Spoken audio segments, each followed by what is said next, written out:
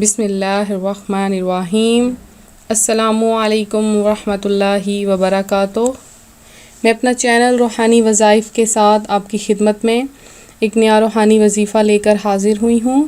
میرا آج کا وظیفہ ان لوگوں کے لیے ہے جو حج پر جانے کی خواہش رکھتے ہیں لیکن پھر بھی انہیں کوئی نہ کوئی رکاوٹیں آ جاتی ہیں، مشکلات آ جاتی ہیں یا کوئی مالی اسباب بن جاتے ہیں۔ تو میں اپنا وظیفہ شروع کرنے سے پہلے آپ سب سے گزارش کروں گی کہ میرا چینل روحانی وظائف ضرور سبسکرائب کر لیں اور بیل آئیکن کو بھی دبا لیں تاکہ ہر آنے والی ویڈیو آپ کو موصول ہو سکے۔ تو ویورز، بعض لوگ ایسے ہوتے ہیں جن کے پاس مال و اسباب کی بھرمار ہوتی ہے اور لیکن پھر بھی وہ حج پر جا نہیں سکتے، یا کوئی ایسی مالی اسباب بن جاتے ہیں یا کوئی گھریلو پریشانیاں بن جاتی ہیں جن کی وجہ سے وہ حج پر نہیں جا سکتے، کوئی نہ کوئی رکاوٹیں بن جاتی ہیں، یا کوئی ایسے شخص ایسے لوگ ہیں جن کے پاس مالی اسباب مہیا نہیں ہیں، حج پر جانے کی خواہش رکھتے ہیں، دن رات دعائیں مانگتے ہیں، سجدے کرتے ہیں اور روتے رہتے ہیں کہ ہمیں خدارا حج پہ بلا لیجئے، کوئی ایسا انتظام فرما لیجئے کہ ہم حج پر آ جائیں، حج پر چلے جائیں اور حج کی جو ہے وہ سعادت ہمیں بھی نصیب ہو جائے۔ تو ایسے لوگ جو ہیں ان کے لیے ایک میں وظیفہ لے کر آئی ہوں۔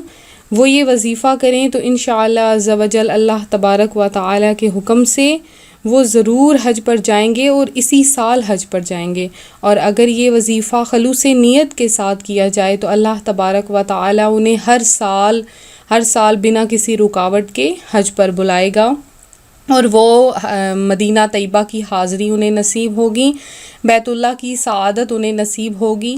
تو یہ آپ نے خلوص نیت کے ساتھ وظیفہ کرنا ہے۔ وظیفہ بہت ہی آسان ہے۔ آپ نے کیا کرنا ہے، سب سے پہلے آپ نے اچھی طرح سے غسل کر لینا ہے یا کوئی خوشبو وغیرہ لگا لینی ہے، اور اس کے بعد خلوص نیت کے ساتھ نیت کر لینی ہے، کیونکہ اعمال کا دار و مدار نیتوں پر ہوتا ہے۔ نبی پاک علیہ الصلوۃ والسلام کو فرمان ہے کہ نیت المؤمن خیر من عملہ، تو اگر آپ کی نیت اچھی ہوگی تو آپ کا کام بھی بہتر ہو جائے گا۔ اس کے بعد آپ نے اچھی طرح سے خوشبو لگا کے آپ نے کیا کرنا ہے کہ شروع میں آپ نے 11 مرتبہ درود پاک پڑھ لینا ہے۔ درود پاک پڑھنے کے بعد آپ نے سورہ فتح کی آیت نمبر 27 کو 21 مرتبہ پڑھنا ہے۔ اس کے بعد پڑھنے کے بعد آپ نے پھر سے 11 مرتبہ درود پاک پڑھنا ہے، تو یہ آپ کا وظیفہ اختتام ہو جائے گا۔ اور یہ آپ نے وظیفہ کم از کم، زیادہ نہیں تو کم از کم آپ نے یہ وظیفہ 11 دن لگاتار جو ہے وہ پڑھنا ہے۔ 11 دن اس وظیفے کی مدت ہے، تو یہ وظیفہ آپ نے 11 دن پڑھنا ہے خلوص نیت کے ساتھ۔ دیکھیے گا انشاءاللہ عز و جل کوئی نہ کوئی اسباب ضرور مہیا ہو جائیں گے اور آپ اسی سال حج پر روانہ ہو جائیں گے۔ تو اگر اس سال نہ جا سکیں تو اس میں کوئی نہ کوئی حکمت عملی ہے اللہ تبارک و تعالی کی طرف سے، تو آپ انشاءاللہ عز و جل اگلے سال ضرور حج پر جائیں گے۔ بس خلوص نیت کے ساتھ آپ نے یہ وظیفہ کرتے رہنا ہے، اور جیسے آپ نے وظیفہ کر کے حج پہ جانا ہے تو آپ نے جو ہے وہ اس گروپ کے تمام ممبرز کے لیے بھی دعا کرنی ہے، میرے لیے بھی دعا کرنی ہے۔